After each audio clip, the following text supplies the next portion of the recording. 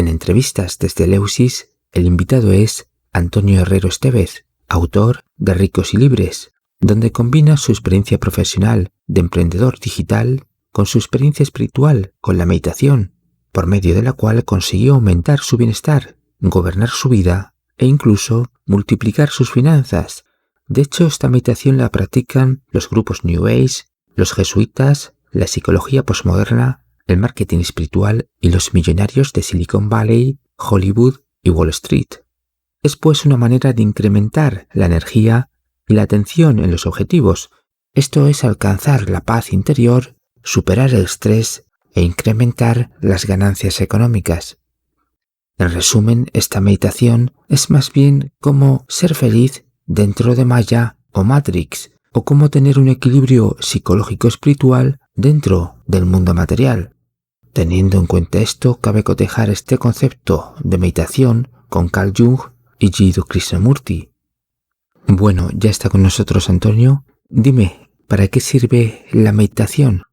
Digamos que esta pregunta tiene un poquito de trampa, porque hay muchos tipos de meditación y los diferentes tipos de meditación tienen diferentes propósitos.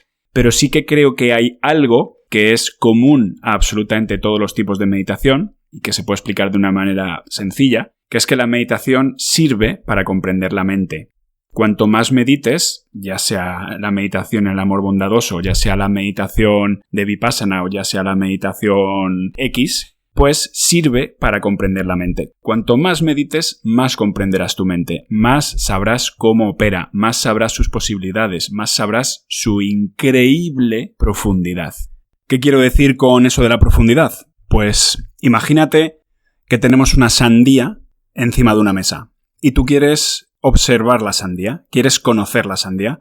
Entonces empiezas a girar alrededor de ella y la miras detenidamente y te crees, al mirarla desde fuera, con la sandía cerrada, que la estás conociendo. Y es cierto, estás conociendo la sandía, pero solo en su capa más superficial, solo en la parte externa de la sandía. Si quisieras verdaderamente conocer la sandía en profundidad, necesitas penetrar dentro de la sandía. Necesitas, por lo menos, abrirla y observarla desde dentro. Y empezar a observarla con detenimiento, pero desde ahí. Esa es la diferencia entre superficie y profundidad.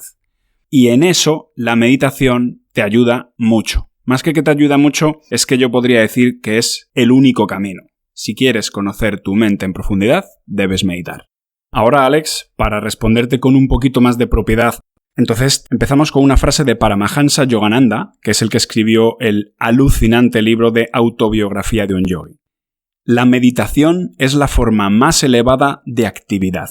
Solo si pudiéramos comprender qué significa eso, ya estaríamos con una buena ventaja sobre la mayoría de las personas que piensa que meditar no sirve de nada o que es una pérdida de tiempo. Algunas personas se preguntan si la meditación realmente sirve para algo. Piensan que en lugar de cerrar los ojos y no hacer nada, sería mejor destinar ese tiempo a algo más productivo. En las líneas siguientes podrás ver el mayúsculo y peligroso error de ignorar qué puede hacer la meditación por ti, pues al ignorar los beneficios de algo no querrás esforzarte en adquirir la técnica. Confío en que tras estas palabras sientas la imperiosa necesidad de meditar. 1. El primer beneficio que recibe una persona al meditar es el entrar en un estado más calmado. Al meditar se bajan las revoluciones de mente y cuerpo, lo cual inicia un proceso de sanación. Al bajar los niveles de estrés se reducen decenas de enfermedades. Por supuesto que esto no tiene que ocurrir el primer o el segundo día de práctica, sobre todo y fundamentalmente porque la persona no sabrá aún meditar. Puede incluso ocurrir que durante los primeros días de meditación no solo no se baje de revoluciones, sino que se aumente, pues al enfrentarse a algo nuevo y desconocido, la situación le cause estrés y quiera huir. Un buen símil es que meditar tiene el mismo efecto sobre la mente que cuando quitamos todas las aplicaciones abiertas del móvil y damos a limpiar caché. Al borrar las aplicaciones no usadas, instantáneamente el móvil funciona más rápido. Del mismo modo, al meditar, nuestra mente funciona más rápido porque estamos liberando espacio, borrando procesos que no estamos usando y que estaban ahí en segundo plano ocupando recursos, como preocupaciones, emociones atascadas, músculos tensos sin necesidad, etc. 2. Otro de los efectos más inmediatos de meditar es que empiezas a darte cuenta de que no eres tus pensamientos, sino que eres el observador de los mismos. Esto es más importante de lo que a primera vista pueda parecer, sabiendo, por ejemplo, que miles de personas se suicidan cada año. Si nuestra mente dice algo y nosotros la creemos, actuaremos y tomaremos acción según esa creencia y según ese pensamiento. Si es algo nocivo para nosotros, el resultado será catastrófico. La meditación nos da la capacidad de discernir, viveka, término de gran relevancia en algunas filosofías orientales. En sánscrito se dice nitya anitya vastu vivekaya, que quiere decir la capacidad de discriminar entre las cosas reales y las ilusorias. En resumen, saber discernir entre qué es un pensamiento tuyo y qué no lo es puede salvar tu vida y, como mínimo, mejorarla. 3. Meditar no solo no es una pérdida de tiempo, sino que es el tiempo mejor invertido posible. No es un gasto, sino una inversión con un enorme interés compuesto. Si, por ejemplo, empleas 2 horas diarias en meditar, dormirás menos por la noche y serás más productivo, eficiente y creativo por el día. Lo que antes lo hacías en 3 horas, ahora te llevará 2. Lo que antes procrastinabas durante un año, ahora es posible que lo hagas en un solo día. 4. Meditar aumenta tu capacidad de decisión. Cuanto más meditas, más certeza y convicción tienes. Lo que antes decidías en horas, podrás decidirlo en minutos o segundos. 5. Meditar elimina el ruido, quita lo que no sirve, lo prescindible, te hace centrarte cada vez más en aquello realmente valioso, útil y productivo para ti. 6. Gracias a la meditación mejorarás en todo aquello que hagas. Si eres emprendedor, serás mejor emprendedor. Si eres cocinero, serás mejor cocinero. Si eres marido, serás mejor marido. Si eres hija, serás mejor hija. Si eres psicóloga, serás mejor psicóloga. Si tu pasión es el dinero, ganarás más dinero. Si tu pasión es pintar flores, pintarás mejores flores. ¿La razón? La meditación te hace ser más creativo, gracias a que despierta gradualmente todas las áreas del cerebro, lo cual se traduce en que cualquier cosa que hagas la harás de una manera más inteligente, con más visión, con más conexiones y con más posibilidades. Sí, meditar también te hace ser más inteligente, pues no solo crea nuevas neuronas, sino que además crea nuevas conexiones neuronales entre las neuronas ya existentes. En resumen, la meditación mejora la mente de una manera directamente proporcional al esfuerzo y a la atención que emplees en mejorarla. Y puesto que con la mente es con lo que experimentamos esta realidad, nuestra realidad mejorará de manera directamente proporcional a cómo mejoremos nuestra mente. 7. Meditar elimina paulatinamente esa amarga sensación que casi todos tenemos de no estar a gusto donde estamos, siempre pensando en el futuro como un lugar mejor a donde llegar o en el pasado como un momento mejor donde estuvimos. Eso es lo que hace nuestra mente cuando no quiere enfrentarse al presente, a la ecuanimidad, a la hora, quiere escapar. Esto, una vez más, te recuerdo que es más importante de lo que puedas imaginar, y es la razón por la que Rumi dijo: la gente duerme y cuando muere despierta. Comprender esto y ponerle remedio es vital a nivel productivo, económico, profesional y afectivo. Al no querer estar donde estamos, nos resulta muy difícil hacer aquello que tiene que ser hecho ahora, para que en el futuro podamos tener o ser aquello que tanto deseamos. Quiero iniciar este proyecto que me haría rico, ver a esta persona que me haría feliz, etc. Entonces, cuando me di cuenta de mis pensamientos de huida, me digo a mí mismo: ¿quieres hacer todo eso, Antonio? Entonces empieza por hacer aquello que estás haciendo ahora mismo. Medita, concéntrate, siente tu respiración. Hasta que descubrimos la meditación y la practicamos, nos pasamos la vida huyendo y llevándonos con nosotros los problemas. Da igual donde vayas, porque la mente siempre irá contigo, y si no solucionas ahora aquello que te frustra, lo arrastrarás de un lado a otro de manera indefinida. Pues allá donde vamos, ahí estamos. Recuerda, si quieres huir de donde estás, la meditación es el antídoto. 8. Gracias a la meditación dejamos de reaccionar ante las circunstancias y en su lugar empezamos a accionar. Es decir, dejamos de ser títeres zarandeados por lo que nos ocurre y empezamos en cambio a ser conscientes y a elegir qué queremos hacer ante un determinado evento. La meditación, en definitiva, tiene tantos beneficios que harían falta tomos enteros para describirlos, pero lo que puedo decirte ahora es: medita el tiempo suficiente como para experimentarlos tú en ti. Y si no lo consigues, bueno, ¿qué has perdido? ¿Unas horas con los ojos cerrados buscando la calma y el sosiego en una vida ajetreada? ¿Hay meditaciones estériles o meditadores impacientes? Me parece una grandísima pregunta, pero lo primero que tenemos que saber es que la mayoría de las veces no meditamos. Meditar es una cosa, digamos, que solo ocurre cuando tu mente está en estado meditativo. podríamos decir que la inmensa mayoría de las personas que dicen meditar en realidad no están meditando. Pero bueno, dicho esto, yo siempre digo que no existe meditación fallida. Es decir, todo intento de meditar, lo que significa todo intento de estar con nosotros mismos, de cerrar los ojos, de reservar unos minutos de nuestro ajetreadísimo día para estar con nosotros mismos, para observarnos, para estar en calma o para intentar estar en calma, es muy beneficioso. Aunque sea turbulento, aunque no nos guste, aunque hayamos dicho que vamos a estar 20 minutos y luego solo seamos capaces de estar 1, no pasa nada. Mediante la práctica mejoraremos. Así que podríamos decir que no existen meditaciones estériles. En cuanto a la meditación, Carl Jung y Jiddu Krishnamurti siempre estuvieron reticentes. El primero porque consideraba que una importación masiva y sincrética de la sabiduría y mística oriental sería contraproducente para la mentalidad occidental.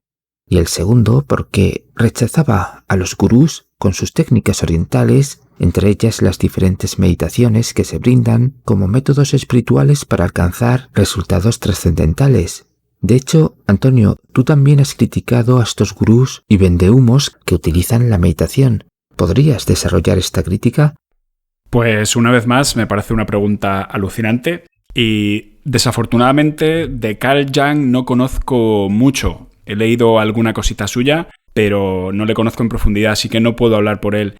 Lo que puedo decir de Krishnamurti, que sí que le he leído un poquito más y sí que le sigo y por supuesto me parece pues de lo más grande que ha parido el planeta Tierra, puedo decir que Jiddu Krishnamurti no está para nada en contra de la meditación, de lo que está en contra es de la mala meditación, de la mala práctica de la meditación, que es, por cierto, la inmensa mayoría de las meditaciones.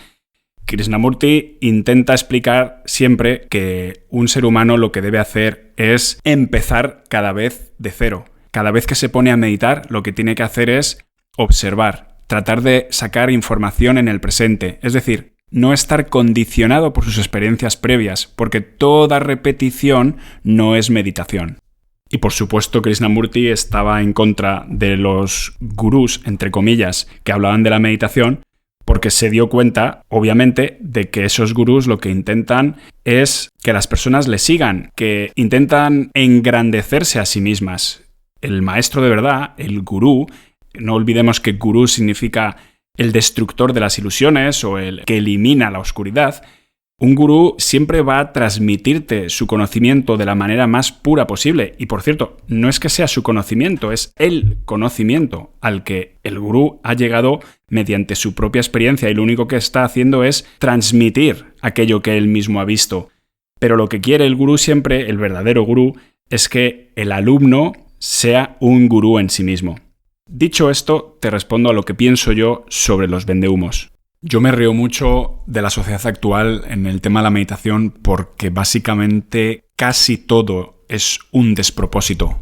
No tienes más que ir a Google y buscar experto en meditación o curso de meditación y habrá un montón de personas deseosas de cobrarte a veces más, a veces mucho más, a veces menos, pero de cobrarte dinero por enseñarte a meditar. Incluso te dirán que una vez que hayas hecho su curso, una vez que les hayas comprado su curso, podrás ser experto en meditación, podrás colgar tu título en tu pared que diga he cursado este curso y ahora soy tal, tengo este nivel.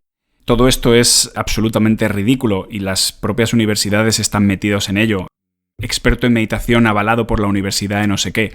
Mira, para ser experto en meditación, si es que eso se pudiera decir, porque un experto en meditación jamás te diría que es experto en meditación, necesitas meditar miles y miles y miles de horas. Por poner un ejemplo, en algunas tradiciones budistas, para convertirte en lama tienes que haber hecho un proceso, un entrenamiento de 3 años, 3 meses, 3 semanas, 3 días, meditando 10 o 12 horas diarias.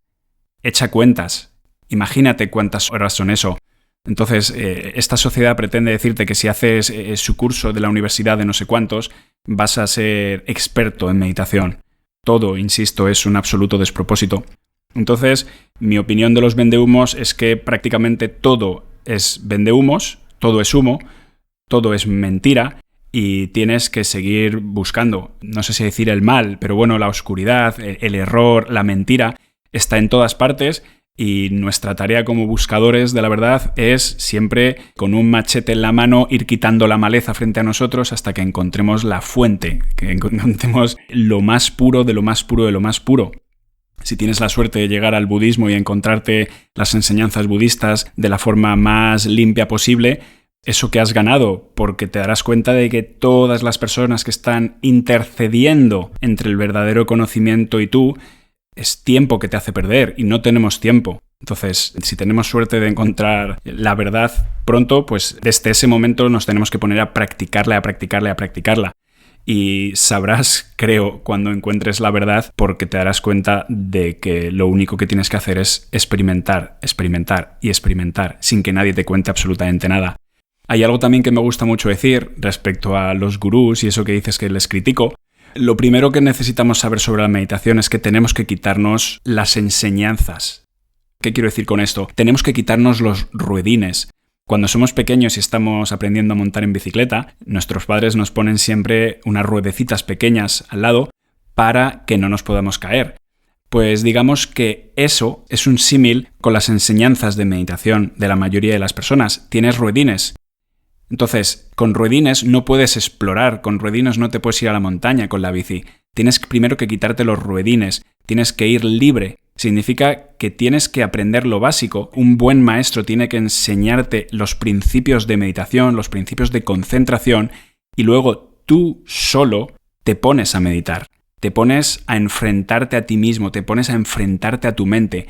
Así es cuando vas a llegar lejos, con mucha práctica, con mucha disciplina, con mucha perseverancia. Por otra parte, se puede decir que hay muchos puntos en común entre Vipassana y los conceptos junguianos. Si bien Jung estuvo interesado en el budismo zen, allá encontró que el ser individual puede realizarse sin una disolución total de su identidad, y para esto la meditación zazen exigía inteligencia, voluntad y disciplina para autoexaminar el propio ser. De esta manera se meditaba para trabajar en uno mismo y no para buscar resultados, por lo que lo importante era el proceso, y ese proceso podía derivar hacia una curación espiritual. El uso de la meditación oriental como técnicas terapéuticas para curar la ansiedad, el estrés y trastornos mentales ha causado efectos negativos como el miedo, el vacío, la despersonalización, la disolución aterradora de la identidad o experiencias desafiantes del yo y otras dificultades. ¿Por qué crees que ocurre esto con los que practican la meditación como método espiritual o psicoterapéutico? Lo primero que te puedo decir es que no estoy capacitado para responderte a esta gran pregunta tuya, porque aunque tengo una cierta práctica, no soy muy experimentado ni de lejos. Entonces, tus preguntas van a fondo de la cuestión y hay que saber mucho para responderlo. Pero bueno, lo que sí que te puedo decir es que en los cursos de meditación vipassana que acudo, nos dicen que no vayamos a esos cursos para curar nada, para intentar aliviar nada más allá del dolor, del sufrimiento que experimentamos todos por vivir. Digamos que a meditar se va para observar el presente, punto y final. Toda intención que tú le estés metiendo puede ser perjudicial. Digamos que las cosas desaparecen, las enfermedades desaparecen como un subproducto. Más que desaparecer la enfermedad, lo que está ocurriendo es que está apareciendo la salud. Yo diría que en este universo no desaparece nada, todo lo que ocurre es que las cosas aparecen. Todo siempre es positivo. Entonces tú no puedes ir a meditar con un objetivo, entre comillas, negativo en mente, que desaparezca algo. No, tú lo que quieres es poner algo. ¿Qué es lo que quieres poner? Atención, presencia, observación, concentración. Eso es lo que tú pones durante la meditación. ¿Y qué es lo que ocurre cuando tú pones presencia, observación, concentración, etcétera? Pues una de las muchísimas consecuencias es que las enfermedades psíquicas o psicosomáticas van a desaparecer. ¿Recomiendas algún tipo de meditación por sus beneficios reales? Lo primero que recomiendo es que las personas se interesen por la meditación. Antes que recomendar una práctica concreta, que empiecen a mirarlo con un poquito más de detenimiento, porque la meditación es un camino excepcional que te conduce a lugares excepcionales. Dicho esto, por supuesto que puedo recomendar alguna meditación. La que yo practico es meditación vipassana y sus beneficios son muy reales. es una consecuencia directa. Si practicas meditación vipassana como hay que practicarla, los beneficios que obtendrás son muy palpables. De todas maneras, hay un concepto en sánscrito que es eipassiko, que significa ven y míralo por ti mismo. Es decir, por mucho que la persona que me está escuchando pueda sentirse más o menos atraída, es posible que en algún momento piense que si yo estaré diciendo la verdad o la mentira. Lo importante es que nadie tiene que creerme. Nadie tiene que creer que la meditación vipassana es excepcional y que sus beneficios son reales. Si tú sientes que lo que yo estoy diciendo tiene un mínimo de coherencia, ven y míralo por ti mismo. Eipassiko, practícalo. Y cuando lo practiques, verás qué es lo que ocurre. Buda decía que los beneficios se obtienen aquí y ahora. No tienes que esperar a la siguiente vida para ver los beneficios. No. Los beneficios se ven aquí y ahora. Mejorarás tu vida aquí y ahora cuando empieces a practicar. Otra meditación que recomiendo por sus increíbles beneficios reales es la meditación amor bondadoso, que en sánscrito es Metta Bhavana. ¿En qué consiste la meditación Metta Bhavana? Una vez que hemos terminado nuestra meditación vipassana, nos desperezamos, nos levantamos si hace falta. Es importante que no tengamos dolores, que digamos que nos sintamos bien, pero también es importante hacerlo tras la meditación vipassana, porque lo ideal es tener la mente calmada, la mente concentrada, en un estado lo más meditativo posible. En ese momento te concentras en una persona y empiezas a desearle el bien. Empiezo a desearle con palabras que seas feliz, que estés libre de angustia, que estés libre de sufrimiento, que estés lleno de amor, que seas capaz de amar, que estés rodeado de personas que te aman. Entonces, ¿qué es lo que ocurre cuando nos concentramos en desear el bien a otra persona? Lo que está ocurriendo es que nosotros estamos accediendo a ese sentimiento tan bonito que está en alguna parte de nosotros, lo que pasa es que está un poquito escondida. Lo que estamos haciendo es pasar un sentimiento que normalmente está en el subconsciente, lo estamos pasando al consciente. ¿Y qué pasa cuando hacemos esto un montón de veces al día? Pues que ese sentimiento cada vez forma parte durante más tiempo de nuestra superficie, hasta que llega a convertirse en un estado natural. ¿Qué es la meditación vipassana? Para mí la meditación vipassana es la herramienta para conocer el presente. ¿Qué significa meditación vipassana? Significa ver las cosas tal y como son. Eso es lo que significa literalmente vipassana. En mi experiencia, lo que estoy entrenando es ver el presente. ¿Qué significa ver el presente? Bien, yo cierro los ojos y me pongo a intentar concentrar mi mente, a llevar mi atención a una parte del cuerpo. Por ejemplo, llevo la atención a la entrada de los orificios de la nariz y permanezco ahí durante la mayor cantidad de tiempo posible. Llegará un punto en el que de repente me doy cuenta que estoy observando realmente qué está ocurriendo allí. Es decir, me doy cuenta de que mi mente, en vez de estar desperdigada en cualquier otro pensamiento, ya sea pasado o futuro, estoy verdaderamente viendo qué es lo que está ocurriendo ahí. Estoy obteniendo información. Me doy cuenta si el aire es caliente, me doy cuenta si el aire es frío, me doy cuenta si el aire está tocando una parte del labio, me doy cuenta de si el labio está tenso, si no está tenso, me doy cuenta de las diferentes capas que tiene el labio, me doy cuenta de los diferentes músculos que tiene el labio, me doy cuenta de si existe alguna sensación en el labio. Bien, eso es a causa de que estoy percibiendo el presente. Todo eso siempre ha estado ahí, pero yo antes no podía verlo. ¿Por qué? Porque no estaba concentrado. Entonces, me gusta decir que la meditación vipassana es una herramienta para ver el presente real. Si volvemos a la definición, ver las cosas tal y como son, pues normalmente no vemos las cosas tal y como son. Estamos absolutamente condicionados por nuestras experiencias pasadas, lo que generalmente se llamaría el karma. Bueno, pues digamos que vipassana es capaz de ir eliminando karma pasado para que gradualmente cada vez puedas percibir más el presente sin ese condicionamiento del pasado. Entonces, ahora voy a explicar en qué consiste la meditación vipassana. Lo primero que haces cuando llegas a los cursos, te sientas, cierras los ojos, te dan unas breves instrucciones de lo que tienes que hacer y empiezas con la meditación Anapanasati. La Anapanasati es una meditación que consiste básicamente en llevar tu atención exclusivamente a la zona de la entrada de la nariz, donde el labio superior. ¿Para qué sirve eso? para concentrar tu mente. Si tú estás intentando durante 3 o 4 días llevar tu atención exclusivamente a una pequeña zona de tu cuerpo, como efecto colateral lo que ocurre es que tu mente se centra. ¿Por qué? Objetivo grande, objetivo pequeño, error pequeño. Como tu objetivo es muy pequeño, pues digamos que cometes menos errores con el paso del tiempo, menos errores de concentración. En el momento que tienes la mente un poquito concentrada, ya empieza la meditación vipassana.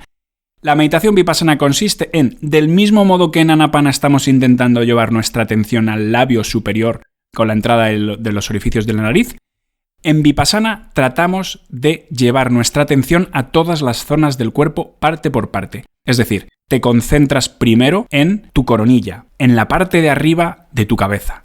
Tratas de observarla, sin juicio. Simplemente tratas de ver qué está ocurriendo ahí, a ver si tratas de observar qué está ocurriendo en esa zona. Quizás te des cuenta de que hay una sensación. Quizás te des cuenta de que no hay nada. Pero la realidad es que siempre hay algo. Si no hay nada es porque no estás lo suficientemente concentrado.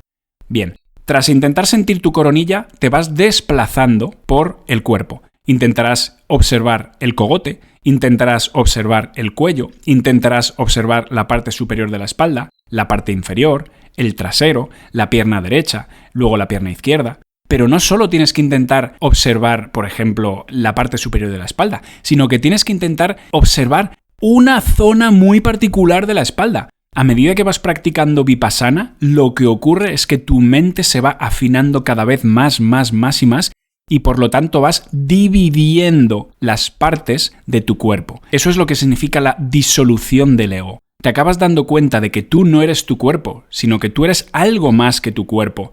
Gracias a ver a tu cuerpo cada vez en zonas más pequeñas, entonces así es como el ego se va disolviendo. Siempre se suele decir que el ser humano tiene un enorme potencial, absolutamente desconocido para la mayoría de los mortales. Cuando miramos una bellota, no debemos pensar solo en la bellota, sino en lo que la bellota es capaz de convertirse, que es en un árbol gigantesco, en un roble gigantesco que dé toneladas de frutos al cabo de los años. Pues en realidad un ser humano es una bellota que todavía no está desarrollada, que todavía no sabe siquiera que puede ser un roble gigantesco. Digamos que la meditación vipassana es la herramienta que te permite descubrir quién eres en realidad, descubrir tu potencial. ¿Krishnamurti estaba de acuerdo con la meditación vipassana? No solo Krishnamurti estaba de acuerdo con la meditación vipassana, sino que Krishnamurti conoció personalmente a Goenka. Goenka es el maestro que expandió la tradición de este tipo de meditación en el mundo, creando un montón de centros por todas partes. De hecho, hay un vídeo muy bonito donde Goenka habla sobre Krishnamurti. Al verlo te das cuenta de que se tenían respeto, que se tenían en alta estima, y Goenka cuenta que él entiende perfectamente por qué Krishnamurti estaba contra las técnicas y contra los gurús, porque básicamente el propio Goenka había observado cómo el país estaba a rebosar de gurús que decían: mira, soy tu gurú y tú eres mi discípulo, tú eres débil, yo voy a liberarte, solo ríndete ante mí y yo te liberaré. En cambio, Goenka enseñaba que las personas se tienen que liberar a ellas mismas mediante su propio entrenamiento, mediante su propia práctica, mediante su propia experiencia. Respecto a la técnica, Goenka dice que le dijo a Krishnamurti: eres una persona muy sabia y mucho mayor que yo, así que por favor corrígeme si me equivoco. Voy a contarte qué es lo que hacemos en los cursos de Vipassana, qué es lo que yo enseño. Entonces Goenka empezó a enseñarle a Krishnamurti lo que hacía y Krishnamurti asentía y decía: efectivamente, esto no es una técnica. A lo único que se dedicaba es a enseñar la observación de la verdad. ¿Qué es la verdad? Pues aquello que está ocurriendo en el presente. Recuerdo una reunión entre Jiddu Krishnamurti y Satyanarayan Goenka en 1970, cuando este último le pregunta a Krishnamurti si estaba cometiendo algún error por hacer meditación vipassana, y Jiddu le respondió que no, porque consistía en la observación de uno mismo y de cómo son las cosas en realidad. O sea, es una autoobservación constante que no responde a ningún método ni garantiza unos resultados inmediatos. Solo se trata de trabajar en un largo proceso de liberación psicológica, donde no son necesarios los gurús. Carl Jung descubrió las fuentes de la meditación occidental en la alquimia, los estoicos y los gnósticos de la antigüedad, y luego los comparó con las fuentes de la meditación oriental, llegando a la conclusión de que la meditación permite trabajar la transformación del ser. ¿Consideras que este es el propósito final para los que meditan, al margen de conseguir el bienestar individual en Maya o al margen de obtener resultados espirituales y curas psicológicas inmediatas? Pues la respuesta es un rotundo y contundente sí. Es más, a medida que vas practicando la meditación vipassana, te das cuenta de que la caverna de la que hablaba Platón es esta realidad que vivimos y que a través de la experiencia en el presente empiezas a salir de la cueva. No sé si esto tiene mucho sentido, pero básicamente quiero decir que según practicas y practicas y practicas, empiezas a darte cuenta de que lo que vemos con los ojos, lo que captamos con nuestros sentidos, no es todo lo que hay. Yo llevo muy poquito tiempo, como ya he dicho, pero el tiempo suficiente para darme cuenta de que en nuestro interior está sucediendo algo muy bestia que pasa desapercibido a la mayoría de los seres humanos. Así que sí, ese es el propósito final. Salir de Maya, salir de la caverna, salir de la cueva, transformar el ser, o más que transformar el ser, darte cuenta de... Antonio, muchas gracias. Hasta la próxima. Buenos días, buenas tardes y buenas noches.